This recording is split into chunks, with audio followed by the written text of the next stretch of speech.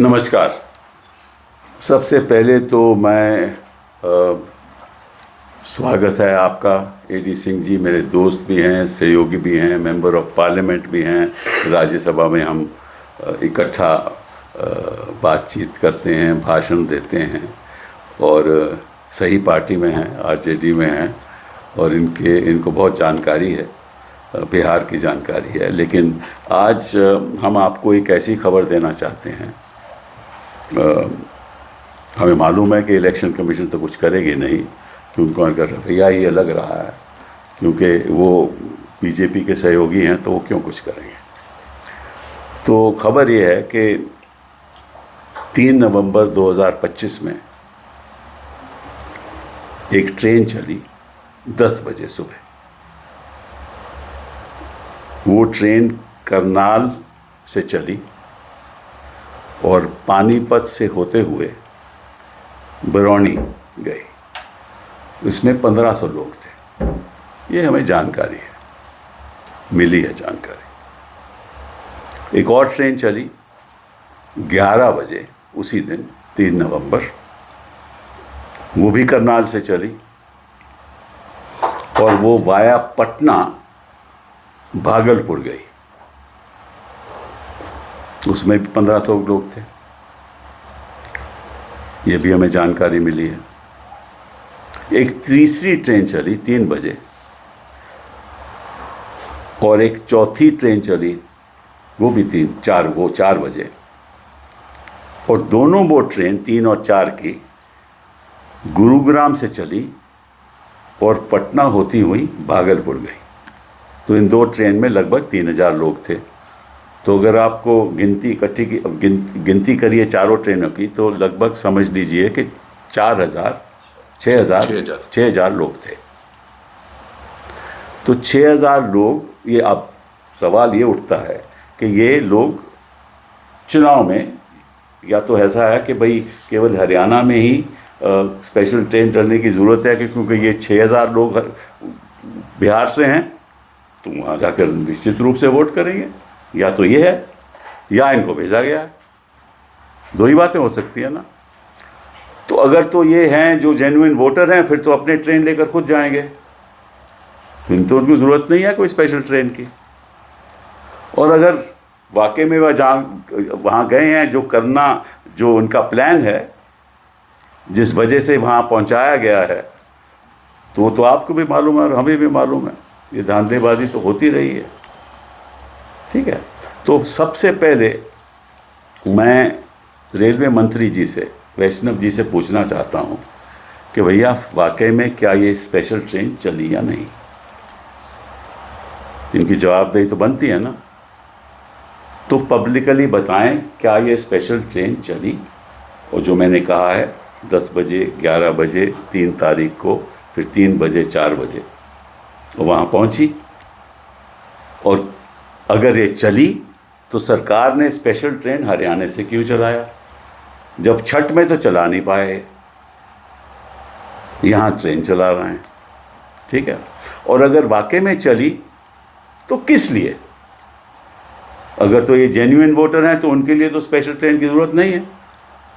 अगर genuine voter नहीं हैं तो फिर काहे का आपने स्पेशल ट्रेन चलवाई? कुछ छत्ता माहौल तो ख़त्म हो गया। ये सवाल तो रेलवे मंत्री जी बताएंगे ना, हमें अवगत करेंगे कि सही क्या बात है, नहीं है।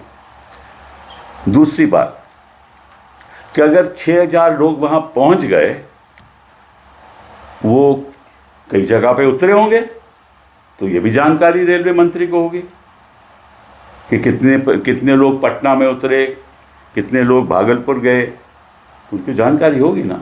कितने लोग पानीपत से आए, क्योंकि चली तो ट्रेन वहाँ से करनाल से, कितने तो पानीपत से कितने लोग वहाँ से चढ़े उसमें, और कितने लोग गुरुग्राम जो ट्रेन चल रही थी, कितने लोग वहाँ से चढ़े और कितने लोग पटना से, फिर पटना के बाद वो भागलपुर गए।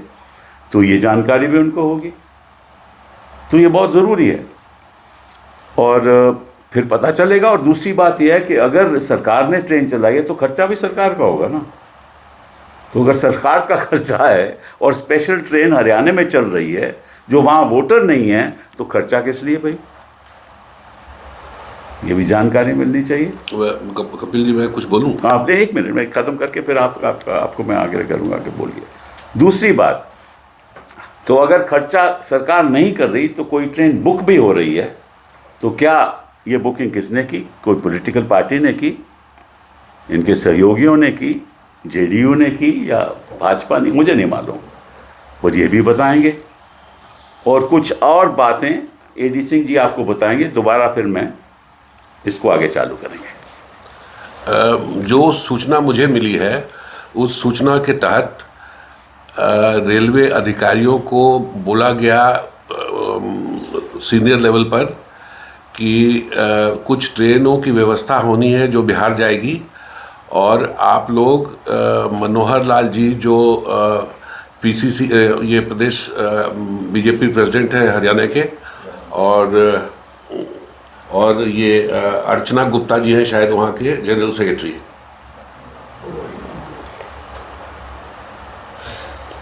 इनसे ये लोग से आप कोऑर्डिनेट कर लीजिए। और जहाँ तक फर्दर ये मैं बोलना चाहता है कि इस ट्रेन के भाड़े का पेमेंट बीजेपी से हुआ है, which can be checked, and as Kapil साहब ने बोला है, आग्रह किया है रेल मंत्री जी को कि whether these trains have gone or not, let the railway minister also say whether the BJP has paid the money or who has paid the money. I think हाँ, मतलब कि ये जानकारी तो जनता को मिलनी चाहिए ना, क्योंकि इलेक्शन कमीशन तो मांगेगा नहीं, क्योंकि वो दयालु लोग हैं ना, वो मतलब कि उनका जो मानसिक जो रवैया है वो अलग किस्म का है। मनोहर लाल बोला, मनोहर लाल प्रेसिडेंट नहीं, हाँ मोहन लाल, एक मिनट, हाँ ठीक है ना। अच्छा, दूसरी बात, ये तो बात हो गई।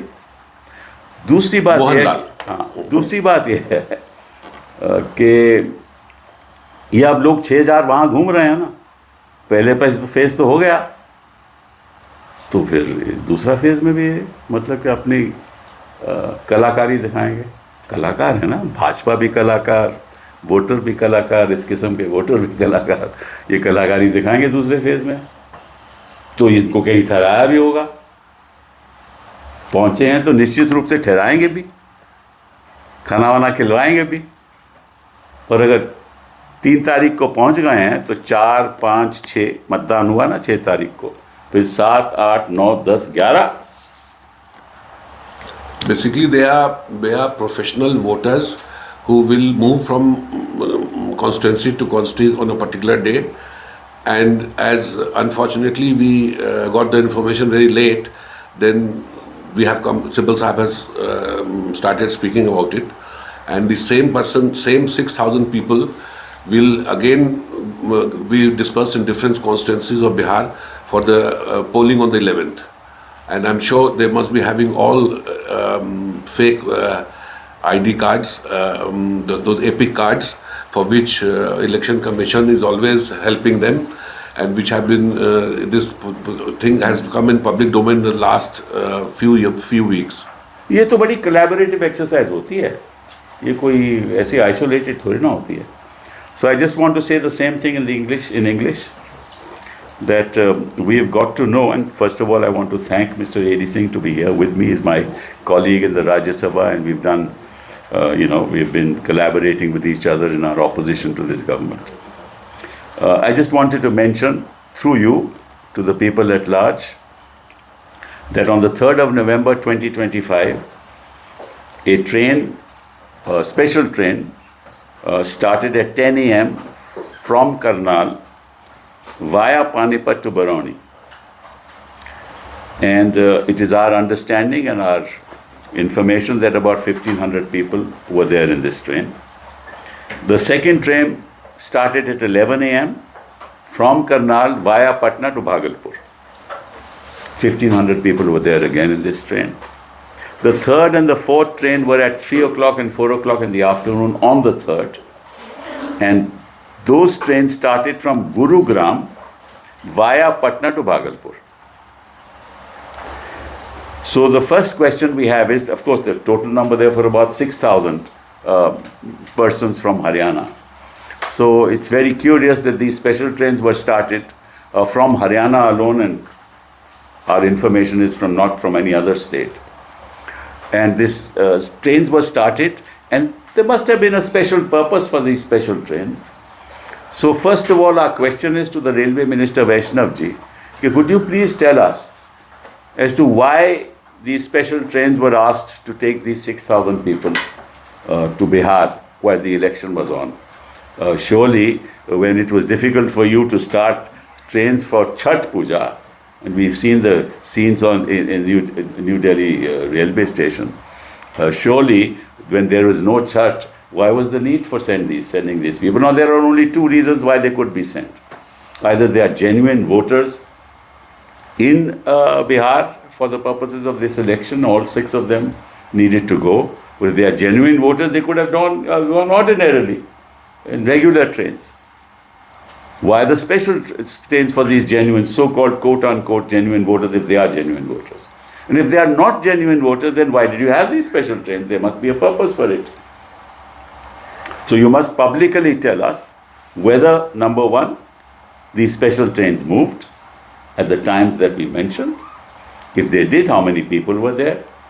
How many people alighted these trains in Panipat, in Patna?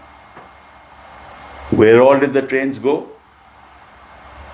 And if the trains reached there on the 3rd and the election was on the 6th, obviously there's a connection between their reaching there and the election.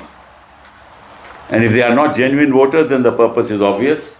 And I'm sure that the Election Commission will not take any cognizance of this, because they're very, their conduct and the way of conducting these elections has been rather suspect. And their generosity towards the BJP is a matter of great pride for the BJP, I guess. But be that as it may, he must make a public statement to that effect. And then if these people are there from 3rd to the 6th, obviously in the second phase, they must also be there.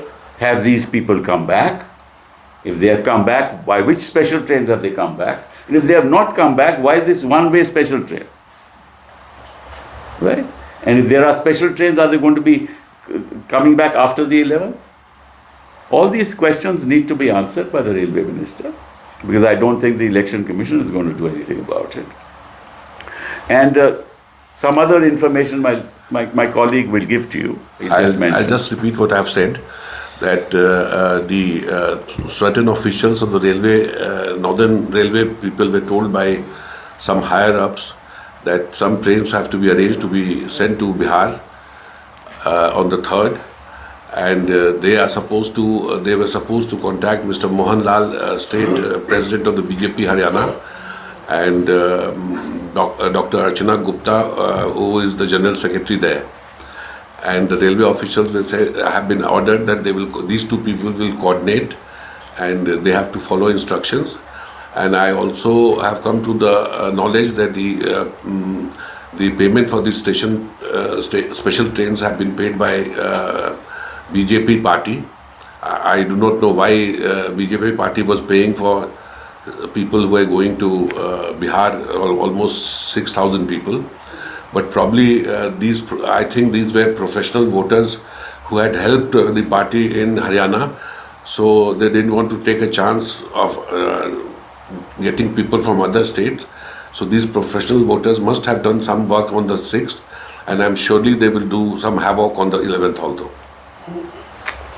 So I think, and of course the other important thing is, और ये मैं हिंदी में भी बोलूँ और अंग्रेजी में भी बोलूँ, ये आप लोगों की भी जिम्मेवारी है, क्योंकि हमने आपको तथ्य दिए हैं. आप लोगों की भी जिम्मेदारी है, पता करें, क्योंकि पत्रकार ही पता कर सकते हैं, हम तो आपको जानकारी ही दे सकते हैं.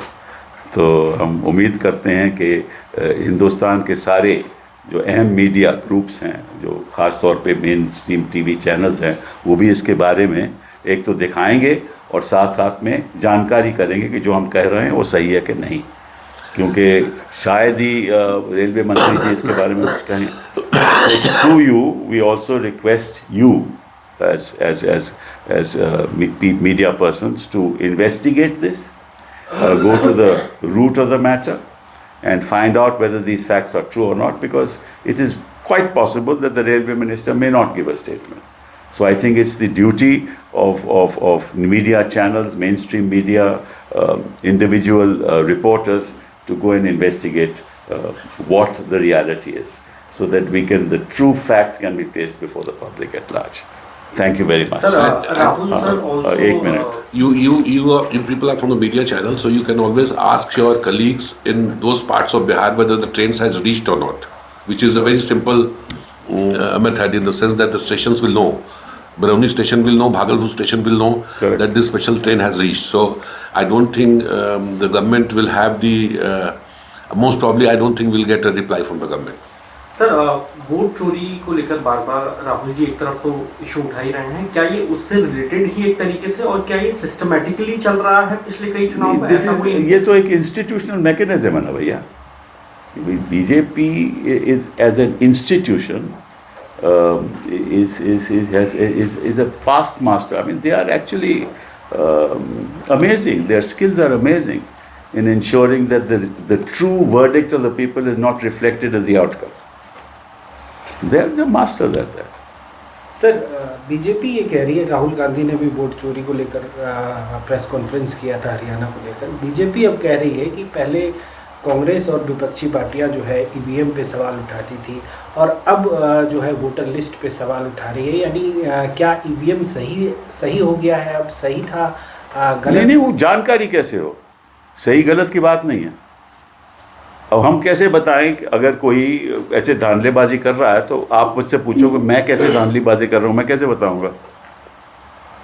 जब उसका सोर्स कोड नहीं मिलेगा, सब चीज़ें नहीं मिलेंगी, तो हम कैसे बताएंगे? वो तो आपको बता देते हैं कि चलिए ये ईवीएम है, आप बताइए कैसे धांधलेबाजी. मैं कैसे बता सकता हूँ? यानी ईवीएम पे अब भी डाउट है? नहीं, डाउट है या नहीं है मैं नहीं कह सकता, लेकिन आपने जो सवाल पूछा है कि लोग इस पे सवाल उठा रहे थे, यही है ना. और फिर आपने कहा कि क्या वो भूल गए. मैंने कहा नहीं, उसका जवाब कहाँ से दे कोई? But EVM has failed worldwide. So what's the reason for not going back to ballot papers? खैर वो अलग डिबेट है. द क्वेश्चन इज कि आपका इस सवाल का जवाब मैंने दे दिया. और दूसरी बात यह है कि जहाँ तक राहुल गांधी जी बोल रहे थे, उन्हें काफ़ी मतलब कि जिस तरह से उन्होंने तथ्य देश के सामने रखे, वो चौंकाने वाले हैं. और उसका आज तक जवाब तो मिला नहीं. सर एक सवाल और है, राहुल गांधी प्रूफ भी दे रहे हैं एक एक करके, क्योंकि उनके प्रेस कॉन्फ्रेंस में मैं भी था. तो क्या राहुल गांधी जी के पास, कांग्रेस पार्टी के पास ये ऑप्शन है कि वो सुप्रीम कोर्ट जाए? अरे भैया, हम कितने सालों से हम अदालतें जा रहे हैं. अदालत में क्या कल फैसला हो जाएगा? फैसला चुनाव का वो तो 14 तारीख हो जाएगा. तो क्या अदालत का फैसला 14 से पहले हो जाएगा? और फिर आपको मालूम है कानून कहता है कि अगर चुनाव में फैसला हो जाए तो फिर इलेक्शन पिटीशन फाइल करनी पड़ती है. तो अदालत में जाएंगे तो कहेंगे सब आप देखिए, अब तो चुनाव के रिजल्ट आ गए, अब जाके इलेक्शन पिटीशन करिए. और आपको मतलब अगर हिंदुस्तान की इलेक्शन पिटीशन का इतिहास अगर आपको मालूम है, तो कई ऐसी इलेक्शन पिटीशन हैं जो 3 टर्म तक पेंडिंग रहती हैं. मतलब कि 3 लोकसभा इलेक्शन हो जाए तो पिटीशन अभी तक डिसाइड नहीं होती. आप तो पत्रकार लोग हैं, आपको तो मालूम है. सर आप कह रहे हैं कि चुनाव आयोग बीजेपी की एलाई है, आपकी बात नहीं? हम नहीं कह रहे, सारे देश कह रहा. मैं तो एक ही आवाज़ हूँ. वोट चोरी भी एक फैक्ट है जैसा आप लोग बताते हैं. तो चुनाव लड़ने और चुनाव जीतने की पॉसिबिलिटी आप लोगों की कितनी रहेगी? मतलब अगर वोट चोरी हो, देखिए जनता जिताएगी, जनता जिताएगी चुनाव.